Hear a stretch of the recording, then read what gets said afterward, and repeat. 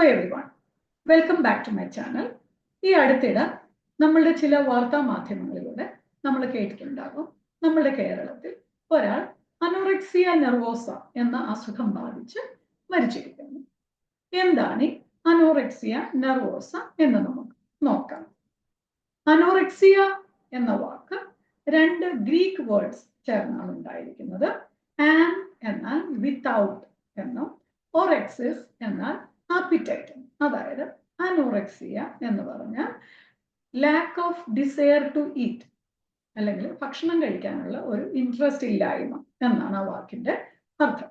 ഇനി നെർവോസ എന്ന് പറയുന്നത് ഒരു ലാറ്റിൻ വേർഡിന്റെ ഒരു ട്രാൻസ്ലേഷൻ ആണ്. നെർവസ് അല്ലെങ്കിൽ റിലേറ്റഡ് ടു നെർവ് എന്നാണ് എൻ്റെ അർത്ഥം. ഇത് കാണിക്കുന്നത് ഈ അസുഖം ഒരു ഫിസിക്കൽ ഡിസീസ് എന്നതിലുപരി ഇതിന് കുറച്ച് ഇമോഷണൽ കോമ്പോണൻസ് കൂടെ ഉണ്ട് എന്നാണ് അർത്ഥം. ഇനി നമുക്ക് അനോറെക്സിയ നെർവോസയെ പറ്റി കൂടുതൽ കാര്യങ്ങൾ അറിയാം. ഇത് സാധാരണ ഒരു അഡോളസെന്റ് പ്രായം, അതായത് കൗമാരപ്രായത്തിലാണ് ഇത് ആരംഭിക്കുന്നത്. അതുപോലെ ഇത് ഫീമെയിൽ ചിൽഡ്രൻ, പെൺകുട്ടികളിലാണ് കുറച്ച് കൂടുതലായിട്ട് ഇത് കാണപ്പെടുന്നത്. ഇവിടെ അനോറെക്സിയ നെർവോസയിൽ നമ്മൾ നേരത്തെ പറഞ്ഞതുപോലെ ഇവിടെ ഒരു ലാക്ക് ഓഫ് ഇൻട്രസ്റ്റ് അല്ലെങ്കിൽ lack of desire to eat ആണ്. ഇവിടെ സത്യത്തില് ഇവർക്ക് വിശപ്പുണ്ട്, പക്ഷെ അവര് ഭക്ഷണം കഴിക്കുന്നില്ല. പ്രത്യേകിച്ച് ഒരു ഇനീഷ്യൽ പീരീഡിലൊക്കെ അവർക്ക് വിശപ്പുണ്ട്, പക്ഷെ അവരുടെ ഒരു ഇമോഷണൽ സ്റ്റേറ്റസിൽ അവർക്ക് ഭക്ഷണം കഴിക്കാൻ പറ്റുന്നില്ല. ഇവിടുത്തെ ഒരു പ്രധാനപ്പെട്ട ഒരു കാര്യം എന്ന് പറയുന്നത് ഒരു ഓൾട്ടേർഡ് ബോഡി ഇമേജ്. അതായത് ചില ആളുകൾക്ക് അവർക്ക് സാധാരണഗതിയിലുള്ള വണ്ണം ഒക്കെ ഉണ്ടായിരിക്കത്തുള്ളൂ, എന്നാൽ പോലും അവർക്ക് അവരുടെ ബോഡി ഇമേജ് കുറച്ച് ഓൾട്ടേർഡ് ആയിട്ട്, അതായത് അവർക്ക് തോന്നുന്നു അവർക്ക് ഭയങ്കര വണ്ണമാണ് എന്ന് അവർക്ക് ദേ ഫീൽ ലൈക്ക് ദാറ്റ്. അപ്പോൾ അവര് യഥാർത്ഥത്തിൽ അവർക്ക് സാധാരണ വണ്ണമോ, ഇവൻ ചില ആളുകൾ ഈ അനോറെക്സിയ നെർവോസ ബാധിച്ച ആളുകൾ അവര് കൂടുതൽ തിന്നാകും. കാരണം ഈ മാൽന്യൂട്രീഷൻ ഒക്കെ വരുമ്പോഴത്തേക്കും വെയിറ്റ് ലോസ് ഉണ്ടാകുന്നു. അപ്പോൾ അവര് എത്ര മെലിഞ്ഞാലും അവർക്ക് പിന്നെയും അവർക്ക് വണ്ണം ആണ് എന്ന് തോന്നുന്നു. അപ്പോൾ എന്താണ് ഇതിന് കാരണം? ഇതിന്റെ യഥാർത്ഥ കാരണം നമുക്ക് അറിയത്തില്ല, പക്ഷെ കുറച്ച് റിസ്ക് ഫാക്ടേഴ്സ് ഒക്കെ ഉണ്ട്. അതിനകത്ത് പറയുന്നത് ജനറ്റിക് ഫാക്ടേഴ്സ്.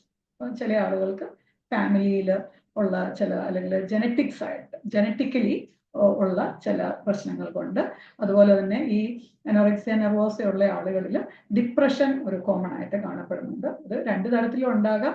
ഈ വണ്ണം കുറയുന്നില്ലല്ലോ എന്ന് ആലോചിച്ചിട്ടുള്ള ഡിപ്രഷനും ഉണ്ടാകാം. അതല്ലെങ്കിൽ ഇങ്ങനെ ചില സൈക്കോളജിക്കൽ ഇഷ്യൂസ് ഒക്കെ ഉള്ള ആളുകളിലാണ് ഈ അനോറെക്സിയ നെർവോസ എന്ന അസുഖം കാണപ്പെടുന്നത്. അതുപോലെ സോഷ്യൽ ഫാക്ടേഴ്സ് നമുക്കറിയാം. പല ആളുകളും നമ്മൾ അങ്ങോട്ടും ഇങ്ങോട്ടും ഒക്കെ കണ്ടുമുട്ടുമ്പോൾ പ്രധാനമായിട്ടും നമ്മളുടെ ബോഡിയെ പറ്റി ഉള്ള കമന്റുകൾ പറയുന്നവര്. അപ്പോൾ അങ്ങനെയൊക്കെ വരുമ്പോഴത്തേക്കും ചില ആളുകൾക്ക് എനിക്ക് ഭയങ്കര വണ്ണമാണ് എന്ന് തോന്നാം. അപ്പൊ അവിടെ സത്യത്തിൽ അവർക്ക് വണ്ണം കൂടുതലോ അല്ലെങ്കിൽ അങ്ങനെ ഒരു അവസ്ഥയില്ല, പക്ഷെ ദേ ഫീൽ ലൈക്ക് ദാറ്റ്. അപ്പൊ അതുകൊണ്ടാണ് നമ്മൾ നേരത്തെ പറഞ്ഞ ഇതൊരു ജസ്റ്റ് ഒരു ഫിസിക്കൽ ഇൽനെസ്സിനേക്കാളും ഇതൊരു ഇമോഷണൽ പ്രോബ്ലം ആയിട്ടാണ് ഇത് തുടങ്ങുന്നത്. പിന്നെ ഇത് വളരെ സീരിയസ് ആയിട്ടുള്ള ഫിസിക്കൽ ഇഷ്യൂസ് ഉണ്ടാക്കാം. അങ്ങനെയാണ് ഇവിടെ ഒരു ലൈഫ് ത്രെട്ടനിങ് ആയിട്ടുള്ള, അല്ലെങ്കിൽ ജീവന് ഹാനികരമായിട്ടുള്ള രീതിയിലേക്ക് ഇത് കടന്നു പോകുന്നത്. ഇനി ഇവിടെ രണ്ട് തരത്തിലുള്ള അനോറെക്സിയ നെർവോസയാണുള്ളത്. ഒന്ന് റെസ്ട്രിക്റ്റിംഗ് ടൈപ്പ്, മറ്റൊന്ന് ബിഞ്ച് ഈറ്റിംഗ് ഓർ പെർജിങ്. ബിഞ്ചിങ് ആൻഡ് പെർജിങ്. ഇവിടെ എന്താണ് റെസ്ട്രിക്റ്റിംഗ് ടൈപ്പ്? റെസ്ട്രിക്റ്റിംഗ് ടൈപ്പില് ഇവര് അധികം ഭക്ഷണം കഴിക്കുന്നില്ല. അതുപോലെ തന്നെ ഇവര് വണ്ണം കുറയാൻ വേണ്ടിയിട്ട് പലതരത്തിലുള്ള കാര്യങ്ങൾ, ലൈക്ക് അവര് വിഗറസ് ആയിട്ട് എക്സർസൈസസ് ചെയ്യുന്നു. പിന്നെ അതുപോലെ അവര് ലാക്സേറ്റീവ്സ് ഒക്കെ ഉപയോഗിച്ച് അവര് കഴിച്ച ഭക്ഷണം ചെറിയ തോതിലെങ്കിലും കഴിച്ചകത്ത് ചെന്നത് വയറിളക്കി, ലാക്സേറ്റീവ്സ് കഴിച്ച് വയറിളക്കി ഒക്കെ അവര് പുറത്തോട്ട് കളയുന്നു. അതായത് ശരീരത്തിൽ ഒട്ടും തന്നെ പിടിക്കാതെ ഇരിക്കാൻ വേണ്ടിയിട്ടുള്ള പരിശ്രമങ്ങൾ അവർ നടത്തുന്നു. ബിഞ്ച് ആൻഡ് പെർജ് ടൈപ്പ് എന്ന് പറഞ്ഞാൽ ബിഞ്ച് ഈറ്റിംഗ് എന്ന് പറഞ്ഞാൽ അവിടെ അവര് ഭക്ഷണം കഴിക്കുന്നുണ്ട്, പക്ഷെ ഇവിടെ ഓൾറെഡി അനോറക്സിയ എന്ന അസുഖമായതുകൊണ്ട് തന്നെ ഇവര് അധികം കഴിക്കുന്നില്ല. അവര് ചിലപ്പോൾ ആരെങ്കിലും നിർബന്ധിച്ചാലോ അല്ലെങ്കിൽ എന്തെങ്കിലുമൊക്കെ പ്രഷറിന്റെ പുറത്ത് അവര് കുറച്ച് ഭക്ഷണം കഴിച്ചേക്കാം. അത് അവര് വോമിറ്റിംഗ് ഇൻഡ്യൂസ് ചെയ്തിട്ടുണ്ട്. ചിലപ്പോൾ വായിക്കകത്ത് കഴിയിട്ട് അതല്ലെങ്കിൽ അതിനുള്ള മെഡിസിൻസ് കഴിച്ച് ഇവര് ഇൻഡ്യൂസ്ഡ് വോമിറ്റ് വഴി ഇത് പുറത്തേക്ക് കളയുന്നതിനാണ് പെർജിങ്. ബിഞ്ച് എന്നുള്ള വാക്ക് ഉദ്ദേശിക്കുന്നത് കൂടുതൽ, ബിഞ്ച് ഈറ്റിംഗ് എന്ന് വെച്ചാൽ കൂടുതൽ കഴിക്കുക എന്നാണ്. പക്ഷെ ഇവിടെ മറ്റേ റെസ്ട്രിക്റ്റിംഗ് ടൈപ്പിനെ അപേക്ഷിച്ച് ഇതിന് കുറച്ചും കൂടെ കൂടുതൽ ഇവിടെ കഴിക്കുന്നു അല്ലെ കഴിക്കേണ്ടി വരുന്നു എന്ന് വേണമെങ്കിൽ നമുക്ക് പറയാം. എന്നിട്ട് അവരത് വോമിറ്റ് ചെയ്ത് കളയുന്നു. അപ്പം ഇവിടെ ഈ ഇതുകൊണ്ടെല്ലാം രണ്ടിലും ആഫ്റ്റർ ഇഫക്റ്റ് എന്ന് പറയുന്നത് ഒന്നാണ് ഇവരുടെ ഫുഡ് ഇൻടേക്ക് കുറയുന്നു. ഇനി അതുകൊണ്ട് എന്തൊക്കെ ക്ലിനിക്കൽ ഫീച്ചേഴ്സ് ആണ് എന്ന് നമുക്ക് നോക്കാം. റിഫ്യൂസൽ ടു ഈറ്റ്, അതാണ് ഒരു പ്രധാനപ്പെട്ട സംഭവം. ഇങ്ങനെയാണിത് തുടക്കം. അവര് ഭക്ഷണം കഴിക്കാൻ അവര് റിഫ്യൂസ് ചെയ്യുന്നു, അവര് കഴിക്കുന്നില്ല. അത് വിശപ്പില്ലാത്തത് കൊണ്ട് മാത്രമല്ല, സത്യത്തില് ആദ്യ ഭാഗത്തൊക്കെ ഇവർക്ക് വിശപ്പുണ്ടാകും, പക്ഷെ അവരുടെ മനസ്സിൽ ഇപ്പൊ നമുക്ക് തന്നെ അറിയാം, സാധാരണ ആളുകൾ പോലും ഇപ്പം ചിലപ്പം വണ്ണം ഉണ്ട് എന്നൊക്കെ തോന്നിക്കഴിഞ്ഞാൽ വണ്ണം കുറയ്ക്കാൻ വേണ്ടി അവര് ഭക്ഷണം കുറയ്ക്കാൻ ശ്രമിക്കും. അവർക്ക് വിശപ്പുണ്ട്, പക്ഷെ അവര് ഭക്ഷണം കുറേശ്ശെ, അപ്പൊ അതൊക്കെ നമുക്കറിയാം ഒരു ഡയറ്റീഷ്യന്റെ ഒക്കെ ഉപദേശത്തോടെ ഒക്കെയാണ് പലപ്പോഴും നമ്മൾ അതിനൊക്കെ ട്രൈ ചെയ്യുന്നത്. പിന്നെ അതല്ലെങ്കിൽ നമുക്ക് തന്നെ ചെറിയ അളവിലൊക്കെ നമുക്ക് ചെയ്യാൻ പറ്റും. അതാ ഇവർക്ക് അങ്ങനെ ഒരു ഒബേസിറ്റി എന്നൊരു അവസ്ഥ ഇല്ല. അവരുടെ ഫീലിംഗ് ആണ്, അതേ ഫീൽ ദേ ആർ ഒബീസ്. അതാണ് അവിടുത്തെ പ്രശ്നം. ഇവര് റിഫ്യൂസ് ടു ഈറ്റ്. പിന്നെ കുറെ കഴിയുമ്പോഴത്തേക്കും പണ്ടത്തെ ആളുകളൊക്കെ പറയുന്ന പോലെ ഭക്ഷണം കഴിക്കാതിരുന്നാൽ നമ്മളുടെ കുടലൊക്കെ ചുരുങ്ങി പോകും എന്ന് പറഞ്ഞതുപോലെ ഇവിടെ അവരുടെ കുറെ കാലം കഴിയുമ്പോൾ ഇവരുടെ സ്റ്റൊമക് കപ്പാസിറ്റി ഒക്കെ കുറയുന്നു. അങ്ങനെ പിന്നെ അവർക്ക് കഴിക്കാൻ പറ്റാതെ വരുന്നു. അതുപോലെ അപ്പിറ്റൈറ്റ് ഡിനയർ, അവർ പറഞ്ഞാൽ എനിക്ക് വിശപ്പില്ല എന്നാണ് അവര് പറയുന്നത്. Appetite denial. Feelings of lack of control, അപ്പൊ അവർക്ക് അവരുടെ ഒരു വിചാരം അവർക്ക് അവരെ കൺട്രോൾ ചെയ്യാൻ പറ്റുന്നില്ല. പ്രത്യേകിച്ച് ഇവരുടെ ബോഡിയുടെ കാര്യത്തിൽ അവർക്ക് തോന്നുന്നു അവർക്ക് ഭയങ്കര വണ്ണമാണ് എന്നാണ് അവർക്ക് തോന്നുന്നത്. അത് വണ്ണം കുറയ്ക്കാൻ പറ്റുന്നില്ല. അങ്ങനെ ഒരു feelings of lack of control. Compulsive exercising, അവര് ഭയങ്കര കണ്ടമാനം വിഗറസ് ആയിട്ട് ഒത്തിരി, നമുക്കറിയാം എക്സർസൈസ് ചെയ്യുന്നത് നല്ലതാണ്, പക്ഷെ അത് ഒത്തിരി കണ്ടമാനം ചെയ്തു കഴിഞ്ഞാൽ that is not good. Okay, അപ്പൊ ഇവിടെ ഒരു കമ്പൽസീവ് എക്സർസൈസിങ്, ദേ കാൺ കൺട്രോൾ, അതാണ് അവിടെ കമ്പൽഷൻ. അവർക്ക് വേണമെന്ന് വെച്ചാൽ പോലും അവർക്കത് കൺട്രോൾ ചെയ്യാൻ പറ്റുന്നില്ല. കമ്പൽസീവ് എക്സർസൈസിങ്. പിന്നെ ഓവർ അച്ചീവർ ആൻഡ് പെർഫെക്ഷനിസ്റ്റ്, ഇതാണ് മറ്റൊരു പ്രധാനപ്പെട്ട കാര്യം. ഇവർക്ക് ഈ അനോറക്സിയ നെർവോസ ഉള്ള ഒരാള് ബാക്കി എല്ലാ കാര്യങ്ങളിലും ഇവര് they are the best. Okay, അവര് പലപ്പോഴും അവരുടെ പഠനത്തിലും അല്ലെങ്കിൽ മറ്റ് ആക്ടിവിറ്റീസിലും എല്ലാം അവര് പുറമെ അവരൊരു വളരെ നല്ല ഒരു കുട്ടി അല്ലെങ്കിൽ മിടുക്കി, ഒരു പെർഫെക്ഷനിസ്റ്റ്, അത് നമുക്കറിയാം. എല്ലാം നല്ല പക്ക പെർഫെക്റ്റ് ആയിട്ട് എല്ലാ കാര്യങ്ങളും ചെയ്യുന്നവരായിരിക്കാം. ഓക്കെ, അപ്പൊ അതുകൊണ്ട് തന്നെ ഇത് വളരെ ഇവര് സത്യം പറഞ്ഞാൽ ഇവരുടെ ഈ ഒരു പ്രശ്നം ഇവര് വളരെ രഹസ്യമായിട്ട്, അപ്പോൾ അതുകൊണ്ട് തന്നെയാണ് പലപ്പോഴും ഇത് നമ്മൾ ശ്രദ്ധിക്കുന്നില്ല. മറ്റാളുകൾ, ഇവൻ അവരുടെ വീട്ടിലുള്ള ആളുകൾ പോലും അത് ശ്രദ്ധിക്കാതെ വന്നേക്കാം. അതാണ് ഇവിടുത്തെ പ്രശ്നം. കാരണം അല്ലാത്ത കാര്യങ്ങളിലെല്ലാം ഇവര് വളരെ പക്ക പെർഫെക്റ്റ് ആണ്, എല്ലാ കാര്യങ്ങളിലും മിടുക്കൻ ഒക്കെയാണ്. പക്ഷെ ഈ ഒരു കാര്യത്തിൽ മാത്രം ചിലപ്പോൾ അമ്മമാരൊക്കെ അങ്ങോട്ടും ഇങ്ങോട്ടൊക്കെ സംസാരിക്കുന്നത് അവർക്ക് ഭക്ഷണം കഴിക്കാൻ കുറച്ച് മടിയാണ് എന്ന മട്ടിലൊക്കെ പറഞ്ഞേക്കാം. പക്ഷെ ഇതൊരു സീരിയസ് ഇഷ്യൂ ആയിട്ട് പലപ്പോഴും നമ്മൾ ശ്രദ്ധിക്കാതെ പോകുന്നു. ഡിക്രീസ്ഡ് ടെമ്പറേച്ചർ, ഇതൊക്കെ കുറച്ച് അഡ്വാൻസ് ചെയ്ത് കഴിയുമ്പോഴുള്ള പ്രശ്നങ്ങളാണ്. Decreased temperature, pulse and blood pressure, vital signs ഒക്കെ കുറഞ്ഞു വരുന്നത്. കാരണം നമ്മുടെ വെയിറ്റും കാര്യങ്ങളും ഒക്കെ കുറയുമ്പോഴത്തേക്കും മെറ്റബോളിസവും നമ്മളുടെ ബോഡി ഫങ്ഷൻസ് ഒക്കെ കുറയുന്നു. അപ്പോൾ എല്ലാ വൈറ്റൽ സയൻസിലും ഒക്കെ കുറവുണ്ടാകുന്നു. വെയിറ്റ് ലോസ് വളരെ പ്രധാനം. They are also more interested in losing weight. അവർ എപ്പോഴും ഇങ്ങനെ വെയിറ്റ് മോണിറ്റർ ചെയ്തുകൊണ്ടായിരിക്കുന്നത്. വെയിറ്റ് കുറഞ്ഞു വരണം എന്നാണ് അവരുടെ ആഗ്രഹം. പക്ഷെ അത് വളരെ സീരിയസ് ആയിട്ടുള്ള പ്രശ്നങ്ങളിലേക്ക് പോകും. പിന്നെ അതുപോലെ ഇവര് വണ്ണം കുറയ്ക്കാൻ വേണ്ടിയിട്ട് ഇവര് വെള്ളം ഒന്നും കുടിക്കുന്നില്ല. അപ്പോൾ അങ്ങനെ വരുമ്പോഴത്തേക്ക് അതുപോലെ ഭക്ഷണം കഴിക്കുന്നില്ല. That will lead to constipation. വയറ്റിൽ നിന്ന് പോകത്തില്ല. ഓക്കെ, കോൺസ്റ്റിപ്പേഷൻ ഉണ്ടാകുന്നു. പിന്നെ അതുപോലെ ടീത്ത് ആൻഡ് ഗം ഡിറ്റീരിയോറേഷൻ.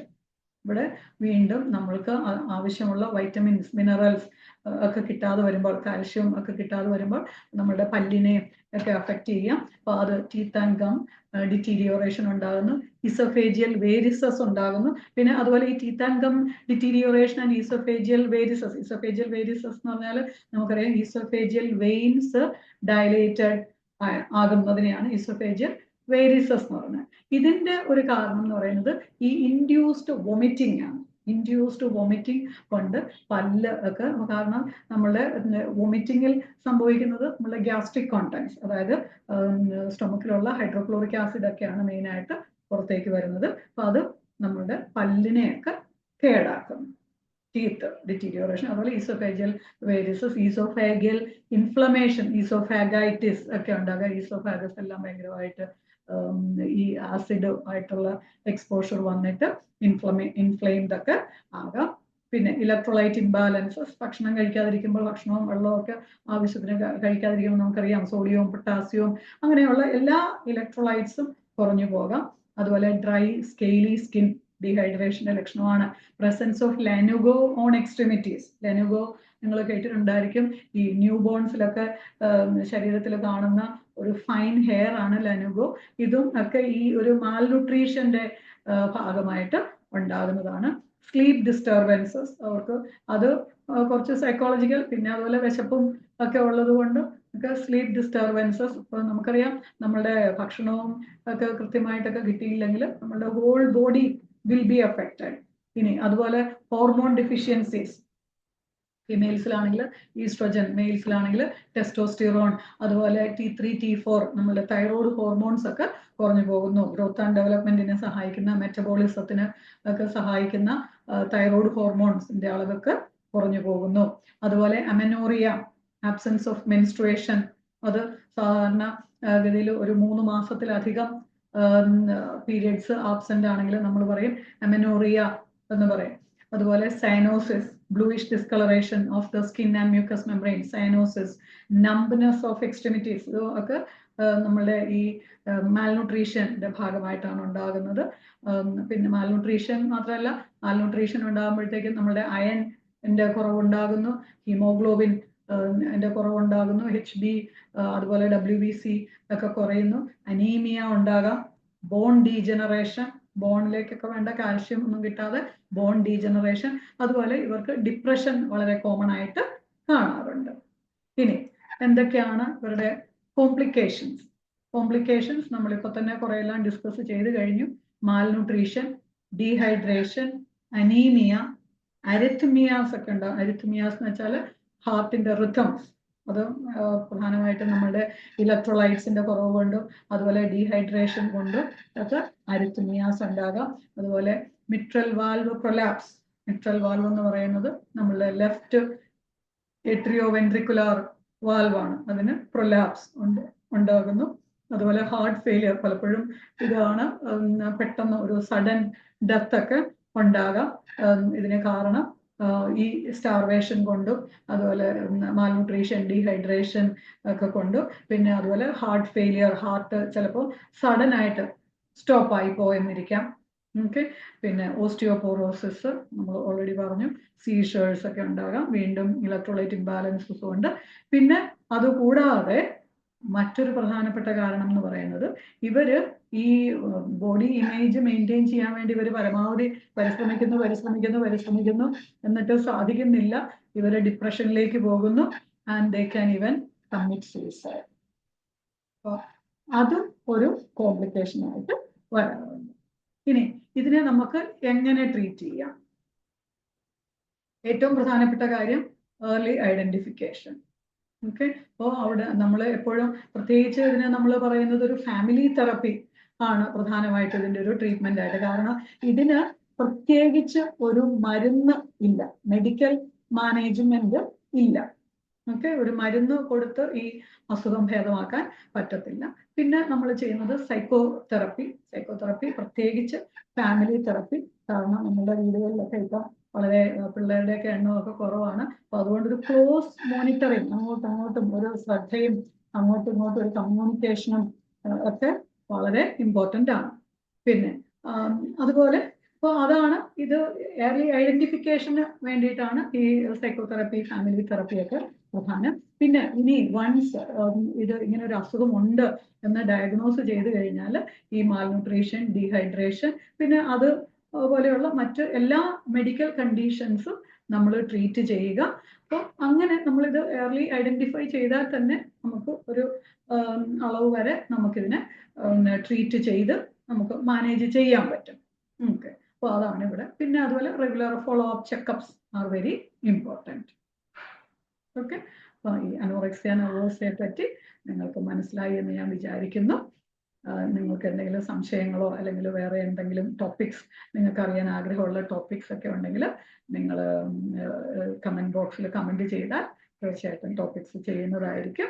ഇത് നമ്മളുടെ NCLEX RNലും വളരെ പ്രധാനപ്പെട്ട ഒരു ടോപ്പിക് തന്നെയാണ് അനോറെക്സിയ നെർവോസ. അപ്പോൾ അതുകൊണ്ട് ഇതിനെപ്പറ്റി കൂടുതൽ വായിക്കുക, മനസ്സിലാക്കുക. ഓക്കെ, ആൻഡ് നിങ്ങൾ എൻ്റെ ചാനൽ സബ്സ്ക്രൈബ് ചെയ്യുക. Keep watching. Thank you very much.